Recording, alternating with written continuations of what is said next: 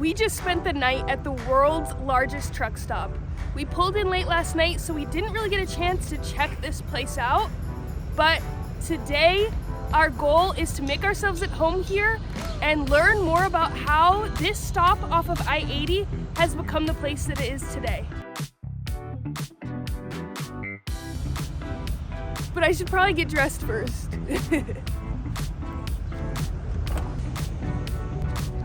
Much better. This is the Iowa 80 truck stop, located in Walcott, Iowa. This place had opened its doors in 1964 and has never closed its doors once since its opening. Let's go inside and take a look around because I need some coffee. Wait up, I want some coffee too.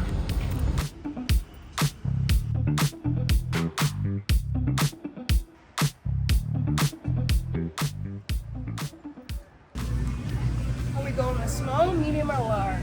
We'll do a medium.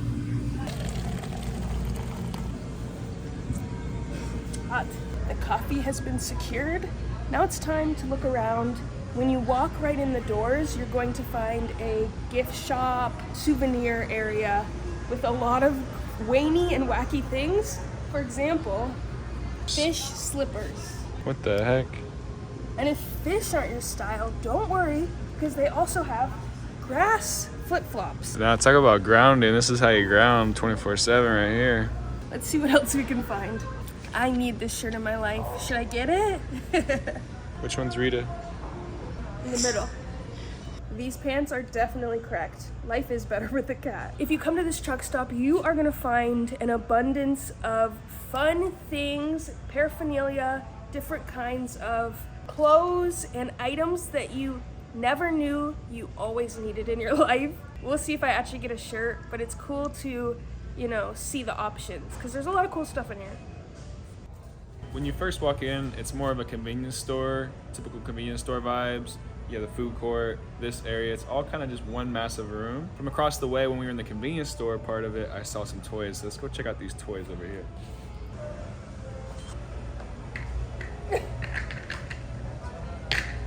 Pretty soon I'll be getting my nephew a slingshot to terrorize my brother with. They got a lot of cool toys for children here, so if you do have children or nieces and nephew, family members, it's not a bad place to find some gifts for the holidays, birthdays, or just because you love them.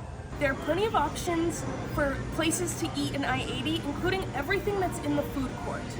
But they also have a full service kitchen in this truck stop, which is open 24/7. So even if you get in at 2 a.m., you can get anything you want off the menu. They have a buffet for lunch and dinner every day. They also have a breakfast buffet on weekends, but Reed makes the best omelet I know. So we're gonna go cook breakfast in the van. When we go upstairs, we are going to see how this truck stop provides a lot of amenities that are specifically geared towards truckers and what truckers really want when they're out on the road working so hard. This truck stop has over 900 truck spaces.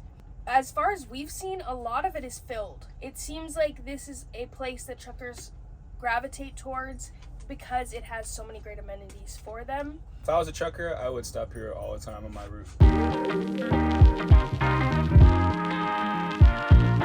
This lower level down here has all your trucking accessories and needs. This section is definitely geared more towards trucking, whereas up top it's more for tourists and people passing through and just everyday drivers. Anything you could think of for truckers, they got it down here. Such as 6-color interior dome lights. They also have custom knobs. I didn't know what an air knob was until this moment in time. You know what it is, no? No, I still don't even know what it is, but it's customizable, which is pretty cool. Reed and I have been to a lot of truck stops over the last 2.5 years, but I didn't really think about what it might look like to live in a truck, or not live, but travel and work in a truck rather than in a van the way we do, and how there's a lot of similarities between the two. There's just so many ways that truckers can customize their rigs to fit their aesthetic, especially because some truckers spend weeks on end in their trucks going from job to job, and they spend so much time in their truck that it makes sense that they want it to be a space that feels comfortable for them. It's just something I didn't really think about before, But now when I see truckers, I'm gonna have a whole new mindset about what that lifestyle is like for them. Jeez, these are expensive. No wonder why these ones are locked up over here. Those are probably, how much those cost? There's $88 air knobs and brake knobs. And you got the cheaper ones over here. It's 30 bucks. You can even get yourself customized pedals. Diamond billet pedal. Holy cow, it's 500 bucks. Maybe it is diamond. Which one would you have? That's what I was trying to figure out. I think one of these sparkling. Oh, are they sparkling? I would go with the Fire Flame Spitter. How cool do I look? Wait, this one. So cool.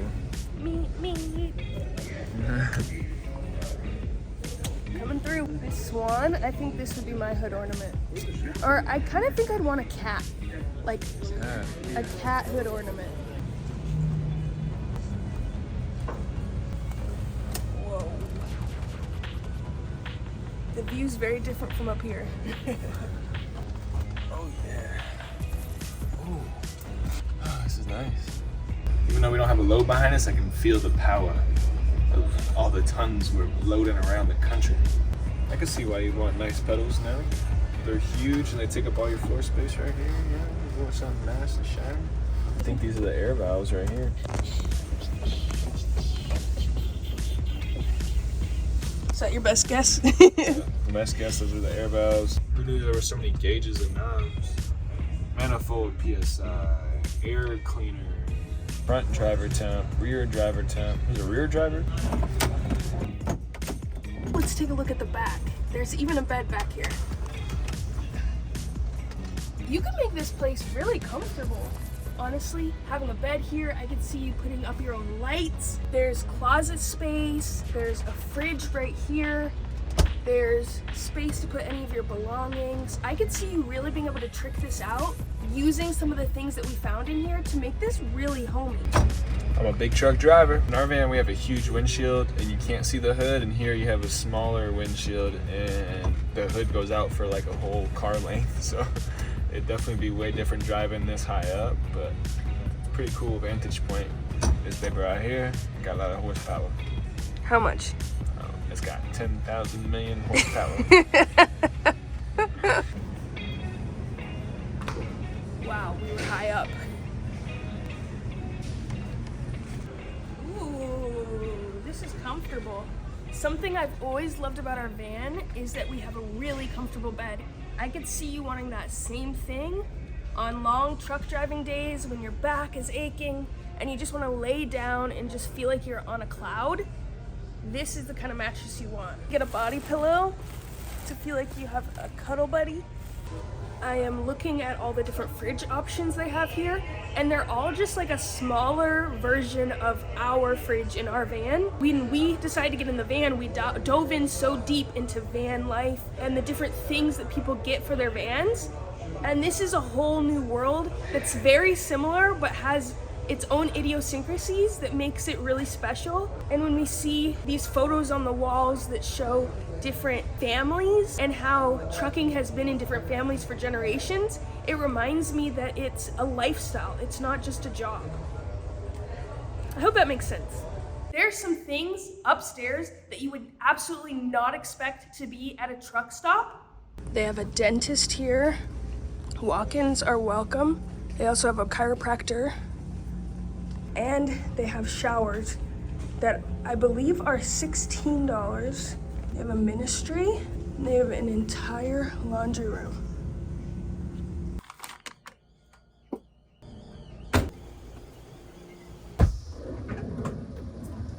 Laundry secured.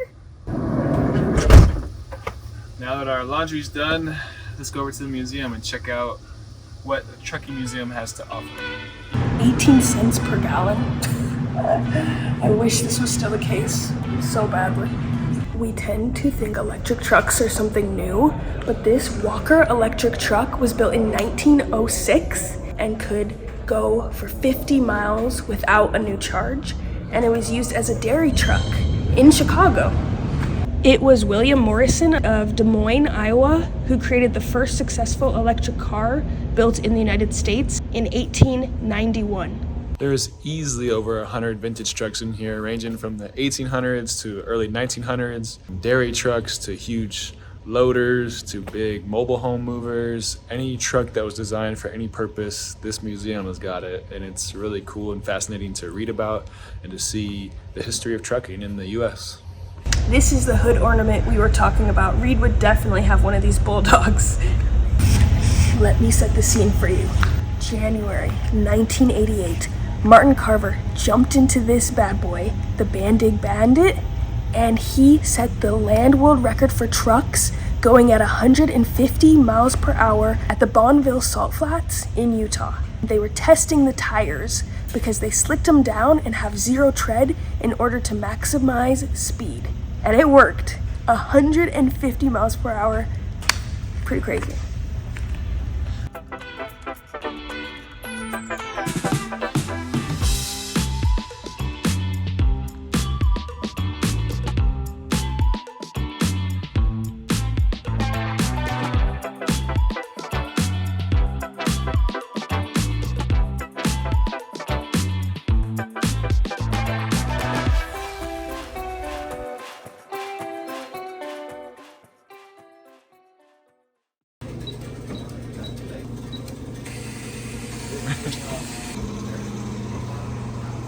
Pretty nice.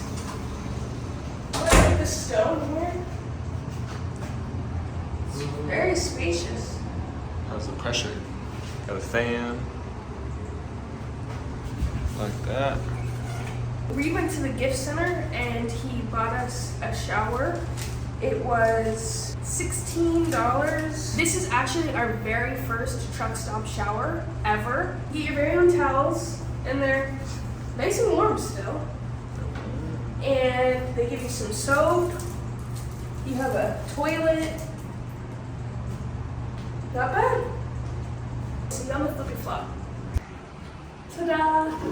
The shower was a 9.5 out of 10.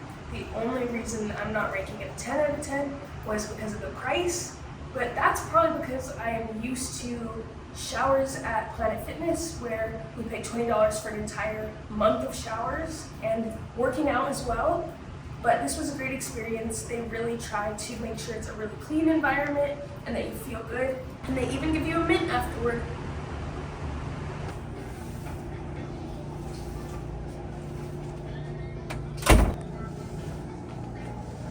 I am wearing my pajamas back to the van. Don't judge me.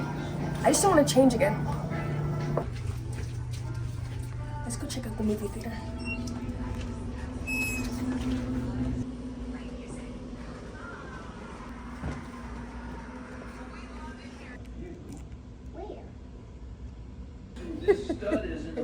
We are back at the van. We just walked Bella and Rita outside. We're all really tired. We enjoyed watching the movie in the truck stop. That is an experience that we never expected that we would have. It's time for us to go to bed because we're getting up pretty early and hitting the road. We'll see you in the morning, y'all. Bella, say goodnight. Say goodnight, Bubba.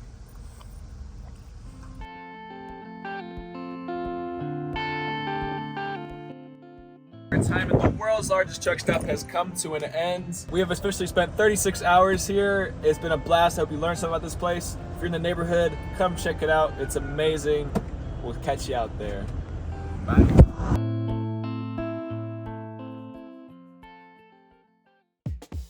Also have She's trying to grab the whole. That's a split. a 3-trumpet corn. Bucky's his band from talking about being spoken in his halls.